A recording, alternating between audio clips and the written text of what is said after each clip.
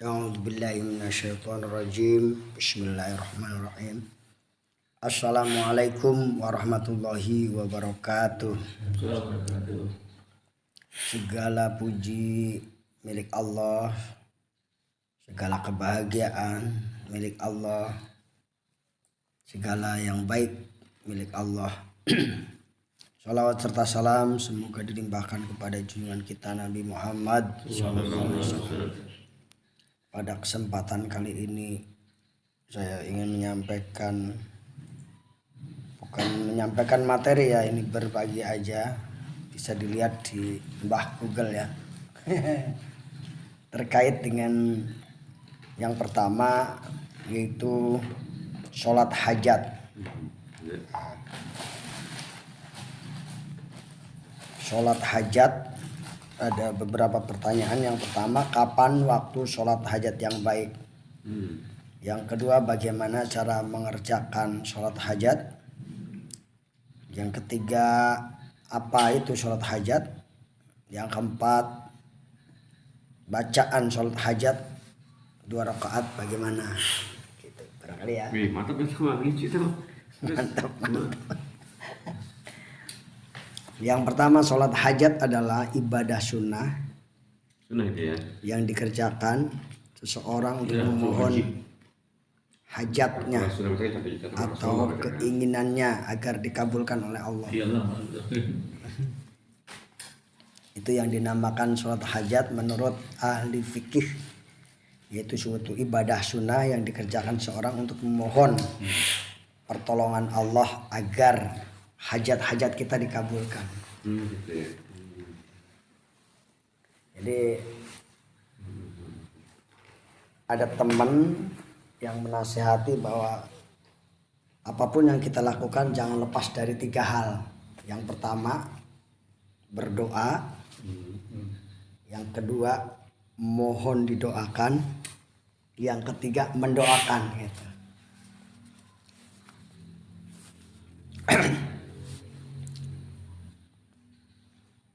Nah, di samping kita sholat hajat kepada Allah, berdoa, juga kita minta tolong kepada para saudara, para ikhwan, para sahabat gitu ya, untuk ikut mendoakan juga.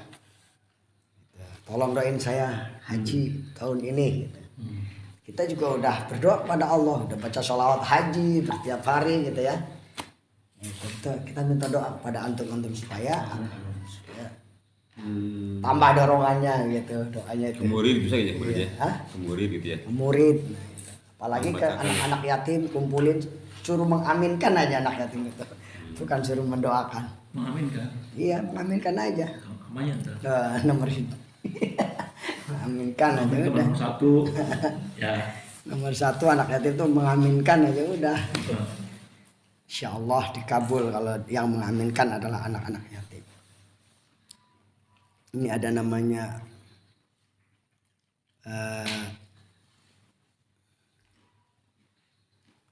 RDAY katanya, rumah doa anak yatim di Bogor. Rumah doa anak yatim ya. Iya ya. Itu ternyata banyak hajat-hajat yang dikabulkan oleh Allah melalui doa anak yatim. Baik, selanjutnya kapan sholat hajat itu dilakukan? Yang pertama, sebelum melaksanakan sholat hajat ada baiknya kita mengetahui kapan waktu sholat hajat yang baik untuk dilakukan. Meski begitu, waktu sholat hajat yang terbaik adalah di malam hari, terutama di sepertiga malam terakhir. Itu yang terbaik. Tapi boleh juga dilakukan di siang hari. Karena kan waktu yang terbaik gitu. Kalau mau bepergian kita kan bisa sholat hajat supaya selamat dalam bepergian. Nanti ada sholat safar namanya. Gitu. Sholat hajat. Tapi yang paling utama waktunya adalah malam hari, sepertiga bagian terakhir malam. Jadi gabung dengan sholat tahajud gitu. Sholat tahajud pertama sholat taubat dulu, kemudian sholat hajat, kemudian sholat tahajud, gitu. Kemudian witir, gitu. Lebih banyak ya. Atau di selang tadi ada sholat tasbih, gitu. Jadi banyak. Jadi semalam itu bisa kita sholat, bangun tidur rasa berat badan nih, sholat tobat dulu deh sama Allah biar ringan badan kita. Banyak istighfar, itu kan ringan. Atau itu sholat tobat di akhir biasanya kalau hakim ya, dia perenungan pribadi gitu kan. Mohon jadi terakhir itu kita nangis sama Allah. Jadi hajat-hajat kita udah sholat tobat minta kepada Allah. Bisa nangis oke Pak Yanti. Gitu ya. Kemarin kita dengerin nangis ya, dengerin Agim doa terakhir. Enggak terasa gitu keluar. Masya Allah. Mama Dedek ya. Mama Dedek. Ada itu.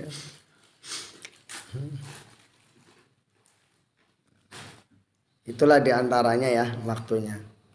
Kemudian bagaimana cara mengerjakannya? Dalam keterangan dalam buku fikih dikatakan bahwa sholat hajat bisa dilakukan sebagaimana berikut. 1. Sholat 2 rakaat, bahkan sampai 12 rakaat. Jadi 2 rakaat itu ya, 6 kali. Saking perlunya kita ya kepada Allah itu, kita lakukan sampai 6 kali gitu. Hajatnya gitu. Kemudian dianjurkan membaca surat Al-Fatihah, ayat kursi itu yang pertama ya, rakaat pertama, dan Al-Ikhlas. Kemudian rakaat kedua surat Al-Fatihah dan surat pendek lainnya. Al-Fatihah, kursi, Al-Ikhlas. Ya, Al-Ikhlas. Kemudian membaca sholawat. Setelah sholat membaca sholawat, kemudian doa yang ada, yang diwirid, doa tentang sholat hajat kan. Gitu. Doa hajat nanti kita ini lagi. Ada doanya. Sholat hajat untuk apa saja? 1.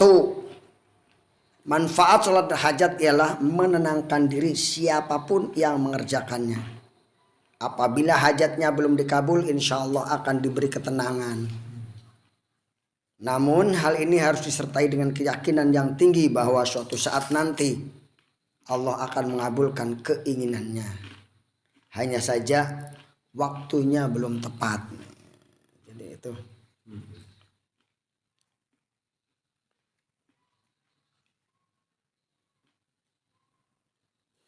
Bacaan sholat hajat tadi sudah.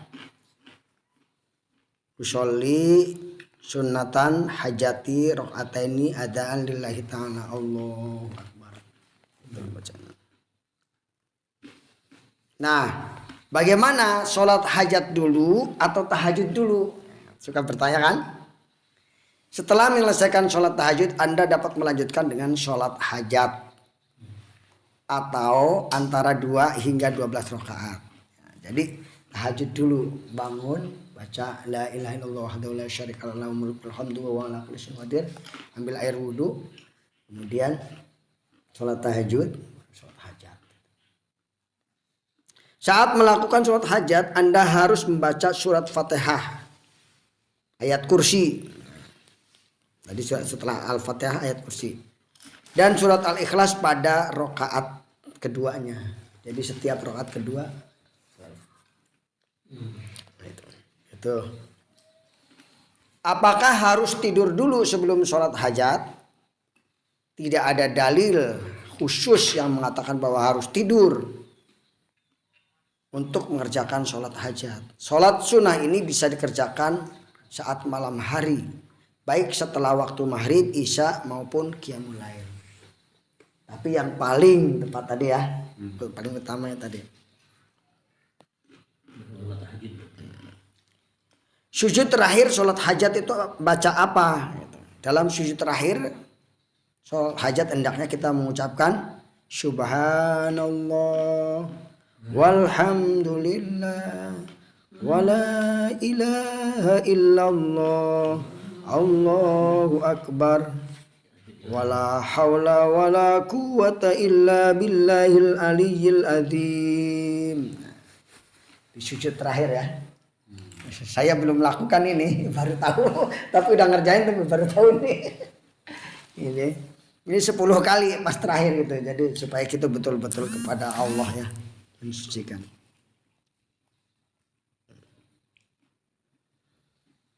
Zikir apa yang dilakukan setelah sholat hajat? Yaitu sholawat Allahumma sholli ala Sayyidina Muhammad sebanyak 100 kali. Kemudian 100 kali. Kemudian istighfar astagfirullahaladzim 100 kali. Tasbih subhanallah 100 kali. Mudah-mudahan kita bisa mengamalkan ini. Kita juga ilmu baru lihat ya.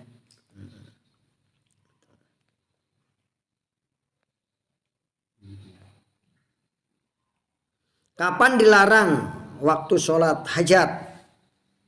Adapun waktu terlarang melaksanakan sholat hajat yaitu dimulai dari subuh hingga matahari terbit. Sekitar 15 menit sebelum waktu zuhur. Selain itu kaum muslimin juga dilarang melakukan sholat hajat setelah waktu zuhur. Oh, jadi nggak boleh ya. Sampai terbenam matahari. Kurang lebih 15 menit sebelum waktu maghrib. Berarti malam aja kali ya.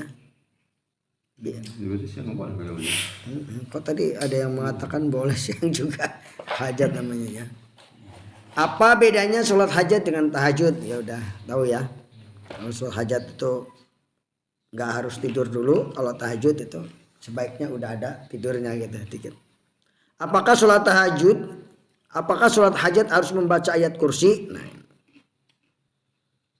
bisa dilakukan di antara sampai 12 rakaat, 2 rakaat sampai 12 rakaat dengan salam tiap 2 rakaat. Sangat disarankan untuk membaca ayat kursi. Jadi sangat disarankan itu membaca ayat kursi pada saat kita melakukan sholat hajat setelah surat Fatihah di rakaat pertama. Rakaat kedua yaitu surat Al-Ikhlas. Ayat kursi saat sholat. Baca ayat kursinya saat sholat. Iya, setelah surat Fatihah ayat kursi. Gitu. Sangat dianjurkan. Nanti rakaat kedua yaitu surat Al-Ikhlas.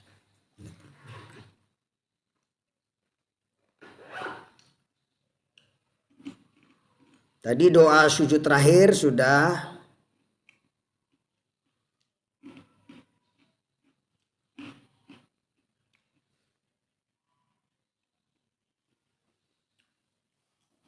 Ini yang benar kemana sih sebenarnya? Apalagi? Mana bacanya?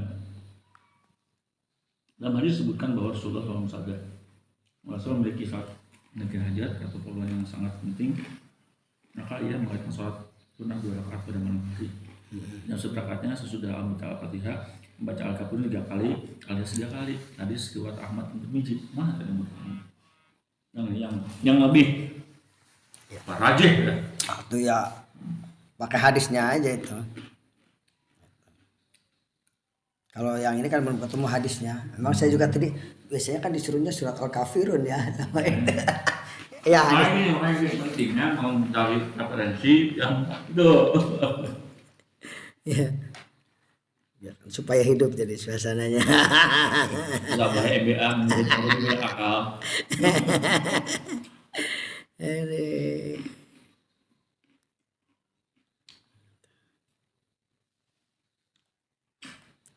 Apa keutamaan dari sholat hajat ini? Yang pertama akan mendapatkan pahala dari Allah. Ajrun minallah. Yang kedua, taqarruban ilallah, mendekatkan diri kepada Allah. Yang ketiga, mendapatkan perasaan tenang, mutmainnatul qulub, rasa tenang. Kita punya hajat, kita doa, kita ingin apa, kita berdoa kepada Allah supaya ada ketenangan. Gitu. Kalau di PTBS ini lagi mengembangkan ini nih, habis maghrib seluruh member-member itu baca surat Yasin, di depannya ada air gitu ya, ditiup, ntar diminum, tenang gitu. Itu udah 3 hari saya ikut nih. Itu di Masjid Agung baik itu tanggal Jumat. Tinggal Sabtu aja. Apalagi kalau ada abu ya. Wah, apa tersebut itu galonan kalau itu. Galonan kalau Jumat. Ya boleh. Di Sumatera mah nggak ada itu. Nggak ada ya. Nggak ada Sumatera mah. Kemudian yang keempat, menimbulkan rasa tawakal yang kuat. Tawakal yang kuat tadi, seperti Ustadz tadi katakan bahwa Allah Ghani, Allah Ar-Razzaq. Jadi menimbulkan tawakal yang kuat akhirnya. Adapun bacaan sholat hajat sama seperti bacaan sholat-sholat yang lainnya. Alangkah baiknya sholat hajat itu dibaca juga ketika Allahu Akbar, doa iftitah. Karena doa iftitah ini pembuka ya. Itu sangat meresap ke dalam hati kita. Kalau kita awali dengan doa itu. Kadang-kadang doa iftitah cuma diganti a'udzu ya. A'udzubillahi minasyaitonirrajim gitu. Ganti doa iftitah katanya. Di sholat wajib jadi a'udzubillahi minasyaitonirrajim bismillahirrahmanirrahim. Padahal mah kalau pakai doa iftitah itu lebih enak lagi hati kita. Set gitu. Jadi tanggapannya gitu. Karena di situ ada pengakuan. Inni wajjahtu wajhiya lilladzi fataras samawati wal arda hanifan musliman wa ma'ana minal musyrikin. Ini pengakuan pertama. Yang kedua, inna sholati wa nusuki wa mahyaya wa mamati lillahi rabbil alamin. La syarika lahu wa bidzalika umirtu wa ana minal muslimin.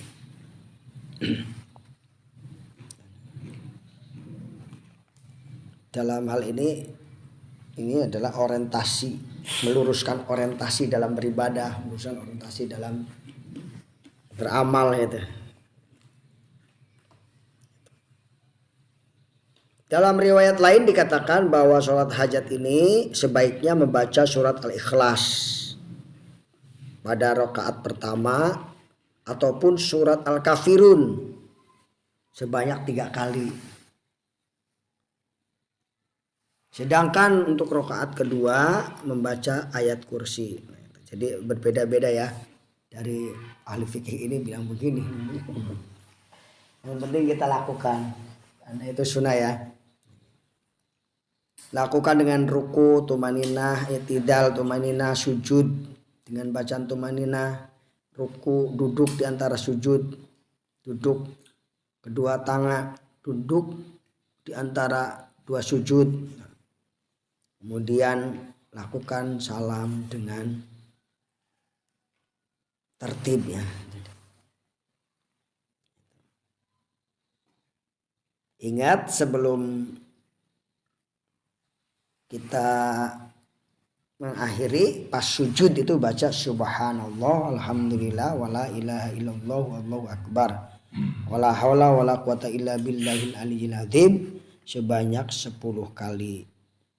Setelah itu kalau mau baca Allahumma sholli ala sayyidina Muhammad wa ala ali sayyidina Muhammad 10 kali. Terakhir berdoa Rabbana atina fid dunya hasanah wa qina adzabannar.